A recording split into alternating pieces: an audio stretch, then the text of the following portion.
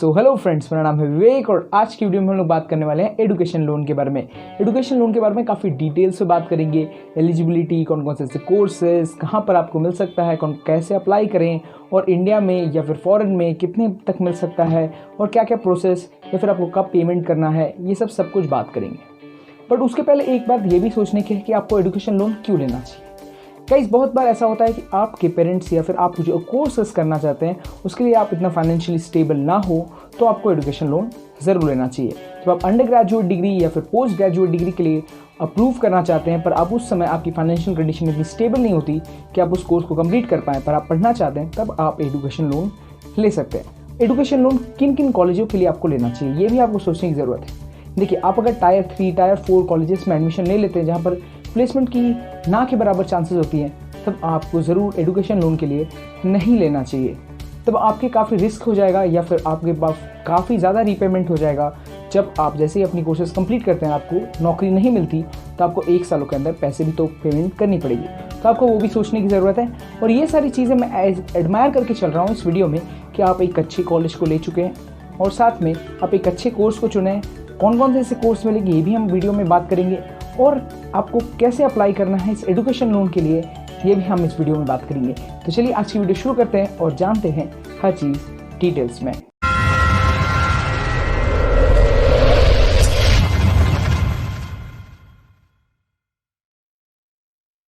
सो हे friends, जैसे कि मैंने आपको बताया कि एजुकेशन लोन के बारे में आज का जो टॉपिक है, ये सारी डिटेल्स अगर मैं कवर अप करने जाऊँ बोलते बोलते तो काफ़ी मुश्किल हो सकती है। तो इसलिए मैंने एक प्रेजेंटेशन बनाया है जिससे कि आपको समझने में आसानी होगी और मुझे समझाने में भी, और हर एक डिटेल्स के बारे में हम लोग बात करेंगे। तो जैसे कि आप अभी लैपटॉप पर मेरा देख पा रहे हैं कि एजुकेशन लोन हमारा आज का टॉपिक है, तो इसके बाद हम हर एक चीज़ को डिटेल से बात करेंगे, हर एक टॉपिक को डिटेल से बात करेंगे, कहाँ पर आपको लेना चाहिए, और लास्ट में मैं आप लोग को कुछ टिप्स भी दूंगा जो आपके लिए काफ़ी अच्छा हो सकता है। तो जैसे कि गाइस, ये वाले जो वीडियो है इसमें से बातें करूंगा कि कौन कौन सी चीज़ें, अगर आप एप्लीकेशन फॉर्म और भी चीज़ें के बारे में जानना चाहते हैं तो आपको मेरा एक नेक्स्ट वीडियो देखना पड़ेगा जिसके लिए आप कमेंट कर सकते हैं कि कहाँ पर अप्लाई कर सकते हैं एंड ऑल दैट। तो चलिए हम पहले क्या करते हैं देखते हैं। तो गाइस, सबसे पहला जो एलिजिबिलिटी पे हमें बात करना पड़ेगा। गाइस, एलिजिबिलिटी आपको जानना बहुत ज़रूरी है सबसे पहले कि कौन कौन से ऐसे एलिजिबिलिटी है जो आपको एजुकेशन लोन मिले। तो guys, education loan Indian national में तो मैक्सिमम 16 से 35 ईयर्स तक दे सकते हैं, कभी कभी कोई 15 ईयर्स से भी दे सकता है। तो ये बैंक के ऊपर डिपेंड करता है। तो पर मेरी जितनी इन्फॉर्मेशन है 16 to 35 ईयर्स तक आपको एजुकेशन लोन मिल सकता है। यहाँ पर देखिए कि आपको जिस भी कॉलेज में आप एडमिशन लेते हैं वो रिकग्नाइज होना चाहिए यूजीसी से या फिर गवर्नमेंट से या फिर एआईसीटीई से या फिर किसी फॉरेन यूनिवर्सिटी के बारे में, तो उसके बारे में भी आपको बैंक को जानकारी देना पहले ज़रूरी है। इसके बाद आप लोगों को है क्या, ये कौन कौन से कोर्सेज के लिए आपको अवेलेबल मिलता है एजुकेशन लोन। तो गाइस, एजुकेशन लोन आपको किसी भी post graduate course, graduate course के लिए, वोकेशनल ट्रेनिंग के लिए, या फिर एयर हॉस्टल्स ट्रेनिंग करना चाहते हैं आप, तो ऐसे कुछ कोर्सेज के लिए आपको यहाँ पर एलिजिबिलिटी मिलती है कि आप एजुकेशन लोन अप्लाई कर सकें। इसके बाद आप एक और चीज़ देख सकते हैं कि को एप्लीकेंट मैंडेटरी है। अब कौन बन सकता है को एप्लीकेंट? को एप्लीकेंट बन सकता है जैसे कि आपका पेरेंट्स बन सकता है, कोई गार्जियन है आपका तो गार्जियन बन सकता है, या कोई स्पाउस बन सकता है, या फिर पेरेंट इन लॉ बन सकता है। अब गाइस, आपको को एप्लीकेंट का मतलब समझाना पहले सबसे ज़रूरी है। तो गाइस, को एप्लीकेंट है कि जैसे कि आपने पैसे लिए हैं तो आपके साथ एक को एप्लीकेंट खड़ा होता है कि जिसे आप नहीं पैसे दे पाए तो वो उसको पैसे देना ज़रूरी पड़ेगा। तो ऐसे को एप्लीकेंट मैंडेटरी होता है, जैसे कि मैक्सिमम केसेस में अपने पेरेंट्स को को एप्लीकेंट बनाते हैं सब कोई। जैसे कि मैंने भी अपने को एप्लीकेंट अपने पापा को बना रखा है, जैसे कि आप अपने को एप्लीकेंट किसी पेरेंट्स को बना सकते हैं। गाइस, एजुकेशन लोन क्या क्या कवर करता है? सबसे पहली ज़रूरत है कि एजुकेशन लोन से हम क्या क्या भर सकते हैं, कौन कौन सी चीज़ों के लिए एजुकेशन लोन अप्लाई कर सकते हैं। तो guys, education loan 100% tuition fees पे आप लोगों को मिल जाता है। 100% ट्यूशन फी आपको मिल जाएगा कि अगर आपकी कॉलेज का फीस हो सोचिए 4 लाख, तो पूरा 4 लाख आपको मिल सकता है। So guys, accommodation charges including messes. अब गाइस, ये क्या है? ये है मतलब आप जहाँ पर रहते हैं हॉस्टल में, वहाँ की फ़ीस इतनी ज़्यादा है कि आप उसे कैरी आउट नहीं कर पा रहे हैं, तो उस समय भी आप एजुकेशन लोन में ये भी लिख सकते हैं कि मेरा हॉस्टल का चार्जेस भी आप मुझे एजुकेशन लोन में दे दें। बहुत सारे स्टूडेंट्स होते हैं जैसे कि बड़े बड़े कॉलेजेस में जाते हैं और सोचते हैं कि मेरा जो हॉस्टल और मेस फ़ी है वो भी काफ़ी ज़्यादा है, तो उसमें आप एजुकेशन लोन में हॉस्टल और मेस फ़ी भी ऐड करवा सकते हैं, जैसे कि आपको एजुकेशन लोन आसानी से वो भी तरीके पे मिल जाए। और क्या चीज़ें मिल सकती हैं। अब गाइज आप एग्ज़ाम देना चाहते हैं तो एग्ज़ाम के कुछ फ़ीस होते हैं, लाइब्रेरी में पढ़ना चाहते हैं तो लाइब्रेरी के कुछ फ़ीस होते हैं, तो वो भी आप इंक्लूड कर सकते हैं। तो एग्ज़ाम एंड लाइब्रेरी फ़ीस भी आपको टाइम टू टाइम मिल जाएगा। अब साथ में है कि बुक एंड इक्विपमेंट्स। अब गाइस बहुत सारे ऐसे स्टूडेंट होते हैं जो कुछ बुक्स खरीदना चाहते हैं इक्विपमेंट्स में, जैसे कि आप लैपटॉप्स लेना चाहते हैं। जैसे कि मैंने भी एक लैपटॉप के लिए अप्लाई किया था एजुकेशन लोन में, तो आप एजुकेशन लोन में लैपटॉप के लिए अप्लाई कर सकते हैं। और उसके बाद कुछ महीनों बाद अब लैपटॉप के लिए एक कोटेशन जमा देना पड़ेगा, उसके बाद आपको उस वेंडर पे पैसे चले जाएंगे और आपको आसानी से आपका लैपटॉप मिल जाएगा। अब गाइस बहुत सारे स्टूडेंट होते हैं जो यहाँ से अब्रॉड जाके पढ़ना चाहते हैं, तो अब्रॉड में जाएंगे आप तो वहाँ पर आपको काफ़ी ज़्यादा पैसे लगेंगे जाने के लिए, तो वो भी आप ट्रैवल फ़ी भी इसमें ऐड करवा सकते हैं। अब गाइस आपको दूसरी बातों में है कि लोन अमाउंट कितना मिल सकता है। अब गाइस सबसे ज़रूरी बात है कि आप अगर लोन अमाउंट देखना चाहते हैं, अब गाइस बहुत सारी ऐसी चीज़ें हैं जैसे कि विद्या लक्ष्मी पोर्टल है और बहुत सारी ऐसी जगह है जहाँ पर आपको 4 लाख से 7.5 लाख तक इंडिया में मिल सकता है। पर ऐसे बहुत सारे प्राइवेट कंपनीज़ है जहाँ पर आपको, प्राइवेट बैंक्स है जहाँ पर आपको 15 लाख तक अगर आप इंडिया में पढ़ना चाहते हैं तो आपको मिल जाएगा, पर इंटरेस्ट रेट डिपेंड कर सकता है। अब उसके बाद है कि आप अगर अब्रॉड पढ़ना चाहते हैं तो अगर आप विद्या लक्ष्मी पोर्टल से देते हैं तो आपको 15 लाख तक मिलेगा। बहुत सारे ऐसे प्राइवेट बैंक्स हैं जो आपको 75 लाख तक का एजुकेशन लोन दे सकता है। उसके बाद है गाइस कोलैटरल एंड सिक्योरिटी। अगर कोलैटरल और सिक्योरिटी आपको कब देना पड़ सकता है। अब देखिए गाइस अप टू 4 लाख आपकी नो सिक्योरिटी होती है। अगर आप 4 लाख तक एजुकेशन लोन लेते हैं जैसे कि हमारा है, तो एजुकेशन लोन पे अगर आप 4 लाख तक कर लेते हैं तो आपको कोई सिक्योरिटी जमा देने की ज़रूरत नहीं है, ना ही बट एक को एप्लीकेंट ज़रूरी है। मतलब मेरे पापा या फिर किसी भी को एप्लीकेंट को आपको मैंडेटरी देना ही पड़ेगा, पर इसके लिए आपको कोई गारंटर भी देने की ज़रूरत नहीं है। अब बहुत सारे ऐसे 7.5 लाख तक लेंगे तो बहुत सारी जगह कॉलेज में बहुत सारे बैंक्स में मार्जिन होता है, बहुत सारी चीज़ें होती है, इंटरेस्ट डिपेंड कर सकता है। पर गाइस बहुत सारे प्राइवेट आजकल के प्राइवेट बैंक्स लोग थर्ड पार्टी गारंटर भी मांगते हैं, जैसे कि आपके पेरेंट्स के साथ साथ एक और गारंटर चाहिए। पर अगर आप 7.5 लाख तक का लेते हैं जॉइंट बोरोवर कोलैटरल, तो गाइस प्रॉपर्टी में एफडी आपको कुछ कोलैटरल जमा देना पड़ सकता है, जैसे कि आपको property, FD, life insurance etcetera कुछ पेपर्स आपको जमा देना पड़ सकते हैं और एक जॉइंट बोरोवर भी लग सकता है आपको। पर ये सारे बैंक पे डिपेंड करता है गाइस, सब कुछ बैंक पे डिपेंड करता है। जितनी इन्फॉर्मेशन है इसी बैंक में ये हो सकता है, वो बैंक में वो हो सकता है, पर जितनी इन्फॉर्मेशन है उतनी मैं आपको यहाँ पर बता सकता हूँ। उसकी बात है कि आपको यहाँ पर मोराटोरियम पीरियड क्या होता है। सबसे पहली ज़रूरी बात है कि मोराटोरियम पीरियड होता क्या है। अब देखिए गाइस कोर्स जैसे ही खत्म हो जाता है आपका, उसके बाद आपको 1 साल या 6 महीने का टाइम मिलता है जिसमें आप अपने पैसे रीपेमेंट करना स्टार्ट कर दें। अब गाइस जितना जल्दी आप रीपेमेंट स्टार्ट करेंगे उतना इंटरेस्ट आपको कम देना पड़ेगा। अगर आप सोचिए पूरा 1 साल का मोराटोरियम पीरियड आप ले लेते हैं, मतलब आप वहाँ पर काम कर रहे हैं, पूरा 1 साल आप अपना काम कर रहे हैं और अपने पैसे घर पे भेज रहे हैं, पर आप बैंक का लोन नहीं चुका रहे, तो आप एक तरीके से अपनी इंटरेस्ट बढ़वा रहे हैं। तो ऐसे मोराटोरियम पीरियड आपको मिल जाता है आफ्टर गेटिंग जॉब और आपके 4 इयर्स के कोर्स कंप्लीट होने के 1 साल बाद। अगर आप मोराटोरियम पीरियड में स्टार्ट नहीं करते पर उसके बाद 1 साल गुजर जाता है फिर भी आपकी जॉब नहीं लगती, तो आप बहुत ज़्यादा रिस्क में हैं और इस दौरान आप अगर अपनी फ़ीस नहीं जमा करते तो आपके पेरेंट्स पे काफ़ी प्रेशर पड़ेगा और आपके पेरेंट्स को ये पे करना पड़ेगा। अब इसके बाद हम लोग बात करेंगे मार्जिन मनी के बारे में। अब गाइस मार्जिन मनी अगर आप 4 लाख तक लेते हैं तो आपको कोई मार्जिन मनी देने की ज़रूरत नहीं है। पर मतलब मार्जिन मनी का मतलब ये होता है कि जैसे कि आपकी 4 लाख की फ़ीस है तो आपको कुछ परसेंट अपने से देना पड़ेगा और कुछ परसेंट बैंक जमा देगा। पर इस दौरान अगर आप मार्जिन मनी 4 लाख तक का एजुकेशन लोन लेते हैं तो आपको मार्जिन मनी नील देने की ज़रूरत है। अब उसके बाद गाइस अगर आप 4 लाख से ज़्यादा की लेते हैं, मतलब अगर आप 4 लाख से कुछ ज़्यादा का एजुकेशन लोन लेते हैं तो उस दौरान आपको 5% का मार्जिन मनी देना पड़ सकता है। अगर आप इंडिया में एक एग्जांपल के दौरान ले लें कि आपके 1 लाख की, सोचिए अगर 4 लाख की आपकी एजुकेशन लोन है तो उसमें आपको जैसे कि 10% होता है 40,000, तो आपको 20,000 तक की आपको खुद पेमेंट करनी पड़ेगी। तो इस तरीके की एग्जांपल ले लिया हमने। और यहाँ पर आप देखिए 15% आपको अब्रॉड का पड़ सकता है। तो इस दौरान पे हम एक एग्जांपल ले लेते हैं कि अगर आप सोचिए 40 लाख का आपका एजुकेशन लोन है, 40 लाख सोचिए 40 लाख के अगर आपकी नहीं सोचिए आप 20 लाख की आपकी एजुकेशन लोन है, तो इस दौरान आपको यहाँ पर 15% तक का देना पड़ सकता है, मतलब 3 लाख रुपए आपको अपने तरफ से देने पड़ेंगे और 17 लाख का आपका एजुकेशन लोन आसानी से मिल जाएगा। अब गाइस सबसे बड़ी बात है कि टेन्योर कितना है। अगर आप स्टार्ट करते हैं अपनी पेमेंट तो आपको कितने सालों तक आपको जमा देना पड़ सकता है। आजकल के गाइस काफ़ी बैंक्स में 10 ईयर बढ़ा दिया गया है इंटरेस्ट के दौरान से, तो इसलिए 7 to 10 ईयर्स इंडिया में अगर आप पढ़ रहे हैं तो आपको पढ़ सकता है, और अगर आप अब्रॉड जाके पढ़ते हैं तो 15 सालों तक भी आपको मिल सकता है। पर मैक्सिमम केसेस में जो देखा गया है वो है कि आपको 3, 5, 7 ईयर्स तक का ईयर्स नॉर्मली मिल जाता है, जिससे कि आपको काफ़ी अच्छा भी लगता है। यहाँ पर स्पेलिंग में कुछ गड़बड़ है तो आप समझ जाइएगा। तो यहाँ पर 3, 5, 7 ईयर्स का आपको आसानी से मिल जाएगा। मतलब 3, 5, 7 ईयर्स में इंटरेस्ट भी ओके पड़ता है, और आपको पैसे भी तो देखने पड़ेंगे कि आप जितना ज़्यादा पेमेंट तो नहीं कर रहे। अगर आप सोचिए 10 ईयर्स तक का ले लेते हैं तो क्या हो जाता है, आपकी 3 लाख की तो लोन ही थी, यहाँ पर आपको 7 लाख देना पड़ रहा है। तो ऐसा भी हो सकता है आपके साथ।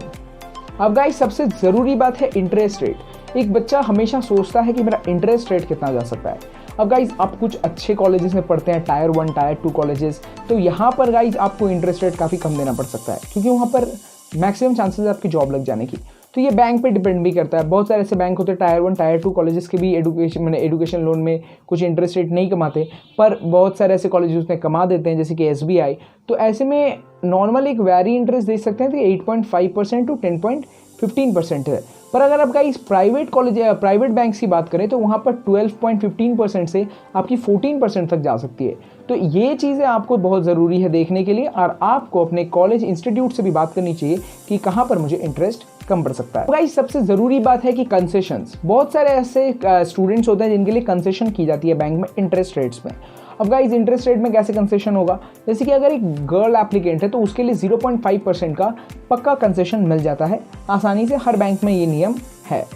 अब गाइस वर्क एक्सपीरियंस है आपका 2 ईयर्स का, तो भी आप अगर अपने वर्क एक्सपीरियंस पेपर्स दे सकते हैं तो आपको 0.25% का आपको यहाँ पर कंसेशन मिल सकता है। अब गाइज अगर आपकी लोन सर्विस्ड हो चुकी है मोरेटोरियम पीरियड में, आपने स्टार्ट कर दिया मोरेटोरियम पीरियड के दौरान ही अपनी रीपेमेंट, तो इस दौरान आपको 1% तक का रिबेट मिल सकता है, मतलब 1% की कंसेशंस आपको मिल सकती है। अब गाइज यहाँ पर है कुछ मैं एग्जाम्पल आपको दिखाना चाहता हूँ, जिससे कि आपको काफ़ी आसानी हो कि कितने इंटरेस्ट और किस तरीके का EMI आपको एग्जाम्पल में पड़ सकता है। अब गाइज आपने एक एजुकेशन लोन लिया है जहाँ पर आपने 4 लाख का लोन लिया है और 1 ईयर का मोराटोरियम पीरियड भी एक्स्ट्रा आपने ले लिया, तो इस दौरान आपका इंटरेस्ट कितना हो गया। अब देखिए यहाँ पर लेट से आपका इंटरेस्ट रेट जो है वो 10% है, और इस दौरान आपकी इंटरेस्ट पर ईयर कितनी पड़ रही है। अब देखिए आप ईयरली इंटरेस्ट पे देखिए तो आपने पहले साल में 1 लाख रुपए लिए, तो इसलिए आपका पहला साल का इंटरेस्ट हो गया 10,000। 1 लाख और 1 लाख 2 लाख की 20,000।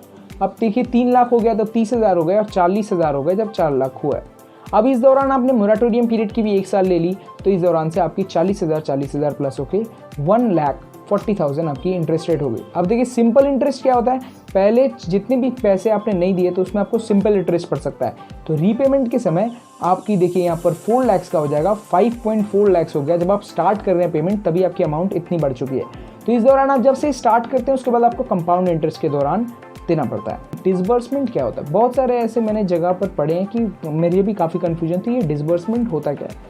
अब गाइस डिसबर्समेंट ये है कि आप अपने जब पेमेंट स्टार्ट करते हैं, आप जो इतने भी सारे पेमेंट आप चाहते हैं बैंक से, वो क्या आपके खाते में आएंगे, क्या आपको ये सारे भरने पड़ेंगे।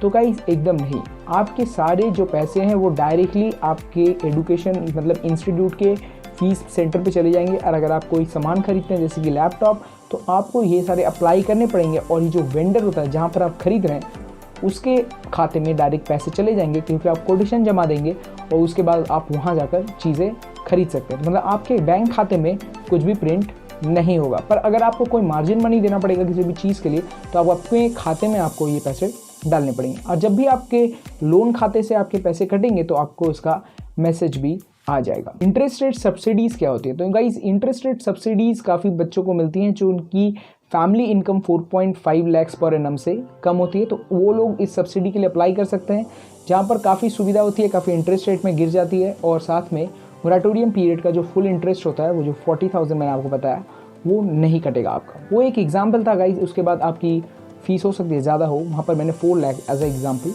लिया था।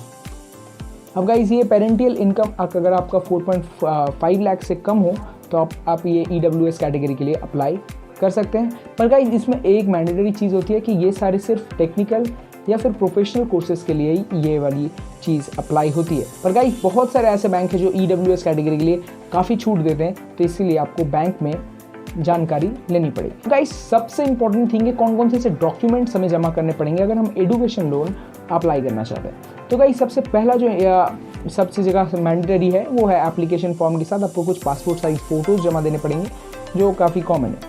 अब गाइस साथ में है कि आपको आईडी प्रूफ देना पड़ेगा। अब कौन कौन से ऐसे आईडी प्रूफ हमें लग सकते हैं जैसे कि PAN card, driving licence, passport, voter ID card, जितने भी आधार कार्ड और बहुत यूटिलिटी बिल, रेंट एग्रीमेंट और भी बहुत सारी जगहें, एड्रेस प्रूफ, ये सारी चीज़ें आपको पहले जमा करनी पड़ेगी। और उसके बाद है कि गाइस आपकी जो इनकम डॉक्यूमेंट्स हैं, मैंने पेरेंट्स के इनकम डॉक्यूमेंट्स कौन कौन से ऐसे इनकम डॉक्यूमेंट्स आपको देने पड़ेंगे। अगर सोचिए आपके माता पिता का कोई नौकरी है तो आप यहाँ पर 3 मंथ्स की सैलरी स्लिप दे सकते हैं। साथ में आपको फॉर्म 16 जो है उसकी 2 ईयर्स की फॉर्म 16 जमा देनी पड़ेगी। अगर आपके पास आईटी रिटर्न, आईटी पेपर्स हैं तो आईटी रिटर्न आपको देना पड़ेगा। और गाइस 6 मंथ्स का बैंक स्टेटमेंट देना पड़ेगा या सैलरी स्टेटमेंट देना पड़ेगा। अगर आपके माता पिता का कोई बिजनेस है तो यहाँ पर आपको सैलरी स्लिप की कोई बात नहीं आती, तो आपको सैलरी स्लिप नहीं देना पड़ेगा। पर यहाँ पर आपको आईटी रिटर्न देना पड़ेगा 2 सालों का, और साथ में आपको अपनी एड्रेस प्रूफ, रेंट एग्रीमेंट और साथ में आपकी 6 मंथ्स की बैंक स्टेटमेंट जमा करनी पड़ेगी। अब गाइस गारंटर है अगर आपका तो उसके भी डॉक्यूमेंट जमा देने पड़ेंगे, और आपके अगर कोलैटरल की केसेस में है तो कोलैटरल के पेपर्स, प्रॉपर्टी पेपर्स, ये सब आपको जमा देना पड़ेगा। साथ में गाइस अगर आपकी एडमिशन हो चुकी है तो एडमिशन की आपको कंफर्म लेटर देनी पड़ेगी। साथ में आपका फीस शेड्यूल जो है वो आपको ओरिजिनल वाला ही जमा देना पड़ेगा। यहाँ पर आपको मार्कशीट भी जमा देना पड़ेगा, क्लास 10, 12 जितने भी आपने पढ़ा है। और साथ में अगर आप पोस्ट ग्रेजुएट डिग्री के लिए जाते हैं तो आपको डिग्री कोर्स का देना पड़ सकता है, तो डिग्री कोर्स के भी सर्टिफिकेट्स आपको देना पड़ेगा। अब अगर आप सोच रहे हैं कि ओरिजिनल देना है तो नहीं, ऐसा नहीं है, आपको जीरोक्स देना है। बहुत सारे बैंक्स ओरिजिनल भी मांग सकते हैं, तो इसके बारे में मैं फुल इन्फॉर्मेशन आपको नहीं दे सकता। अब गाइज अगर आपने कोई मार्जिन मनी तक के केसेस जैसे कि आपकी 4 लाख से ज़्यादा है तो यहाँ पर आपको रिसिप्ट्स भी देने पड़ेंगे मार्जिन मनी के। तो मेरी तरफ से गाइज एक एडवाइस है कि अगर आप एजुकेशन लोन लेना चाहते हैं तो आपको कौन कौन से ऐसे कॉलेजेस में लेना चाहिए। आपको कॉलेज के बारे में रिसर्च करना चाहिए, प्लेसमेंट्स वहाँ होते हैं कि नहीं उसके बारे में रिसर्च कीजिए। अगर गाइज आप एक ऐसी कॉलेज लेते हैं जहाँ पर प्लेसमेंट का काफ़ी कम चांस है तो इस दौरान आप अपने पेरेंट्स को काफ़ी रिस्क में डाल रहे हैं। साथ में मैं आपको बताऊंगा कि काफ़ी ऐसा होता है कि बहुत सारे ऐसे बैंक्स के बारे में आप जानते नहीं है जहाँ पर इंटरेस्ट रेट काफ़ी कम है, तो इसके बारे में आपको रिसर्च कर लेना चाहिए पहले, फिर आप अप्लाई करें। तो इससे कि आपको पता भी रहेगा कि एजुकेशन लोन हमें कहाँ अप्लाई करना चाहिए जिससे कि आपको इंटरेस्ट रेट कम मिले। 2-3% का इंटरेस्ट रेट मैंने आपको दिखाया कि इधर उधर होता है, तो हो सकता है कि आपके आसपास कोई ऐसा बैंक हो जहाँ पर एजुकेशन लोन अभी काफ़ी ऑफर में काफ़ी इंटरेस्ट रेट कम हो, तो वहाँ पर आप अप्लाई कर सकते हैं। अब गाइस बहुत सारे ऐसे होते हैं कि बहुत सारे ऐसे कॉलेजेस के साथ कॉलेज लोग अपने बैंक के साथ टाई अप करते हैं मास के साथ, तो उसमें इंटरेस्ट रेट गिरा लेते हैं। अब अगर कॉलेज से पता करें, उनसे पूछें कि कहाँ पर मुझे एजुकेशन लोन अप्लाई करना चाहिए तो बहुत अच्छा होगा, और साथ में आकर आपकी गिर भी जाएगा, तो आपकी इंटरेस्ट रेट गिर जाएगी। और साथ में है कि अगर आप बाहर जाके पढ़ना चाहते हैं अब्रॉड में, तो बहुत सारे ऐसा केसेस देखा गया है कि अब्रॉड में 5-4% का इंटरेस्ट रेट मिल जाता है। तो अगर आप इंस्टीट्यूट से बात करें तो काफ़ी अच्छा होगा। अगर आपकी मोरेटोरियम पीरियड में आप स्टार्ट कर देते हैं पेमेंट देना तो आपकी इंटरेस्ट रेट गिर सकती है, तो इससे काफ़ी अच्छा भी होगा आपके लिए। गाइस अगर आपका मम्मी पापा का सिबिल स्कोर लो है, अब सिबिल स्कोर क्या होता है, ये एक सेंट्रलाइज्ड डाटाबेस है जहाँ पर काफ़ी बैंक्स लोग अपने सारे इन्फॉर्मेशन शेयर करते हैं किसी भी पर्सन के लिए, उनके नाम और फोटोज़ के साथ और बहुत सारे डॉक्यूमेंट्स के साथ, कि अगर आपका सिबिल स्कोर काफ़ी लो है तो इस दौरान आप दूसरी लोन ट्राई कर सकते हैं जैसे कि gold loan, property loan, FD loan and etcetera. Guys अगर आप डिफ़ॉल्ट करते हैं ये सारे मनीज, आपको पता है कि ये एक अनकैटेगराइज्ड अनसिक्योर्ड लोन है, तो बहुत सारे स्टूडेंट होते हैं जो सोचते हैं कि अगर हम पेमेंट नहीं भी करते तो भी चलता है। तो इस दौरान अगर आप पेमेंट नहीं करते तो आपकी सिबिल स्कोर काफ़ी लो हो सकती है, और इसके बाद अगर आप किसी भी हेल्प को लेना चाहें इन फ्यूचर तो आपको बहुत मुश्किल हो पड़ेगी। तो आप सिबिल स्कोर मेंटेन करने के लिए आप एजुकेशन लोन डोंट डिफ़ॉल्ट कीजिए, डिफ़ॉल्ट मत करना चाहिए, नहीं करना चाहिए ऑलमोस्ट। तो इस दौरान आपको समझने की ज़रूरत है। आप अगर बात करें कि अनकैटेगराइज्ड लोन है तो क्या मुझसे पेमेंट ले सकता है, अगर आप कोलैटरल जमा नहीं करते तो काफ़ी मुश्किल होगा बैंक को लिए आपको रीपेमेंट लेना, पर आपकी सिबिल स्कोर काफ़ी लो हो जाएगी। तो यही थी गाइस आज की वीडियो, और मैंने आप यहाँ पर बता दिया कि कौन कौन से तरीके हैं जहाँ पर आप ले सकते हैं। विद्या लक्ष्मी पोर्टल है और बहुत सारी ऐसी जगह है जहाँ पर आप एजुकेशन लोन अप्लाई कर सकते हैं। तो ये सारी चीज़ों के बारे में हम लोग डिटेल्स में कौन कैसे अप्लाई करना है एंड ऑल वो आप कमेंट कर सकते हैं, जिसके बारे में मैं आपको नेक्स्ट वीडियो में बताऊँगा। तो काफ़ी गर्म लग रहा है, तो चलो मिलते हैं नेक्स्ट वीडियो में, तब तक के लिए बाय।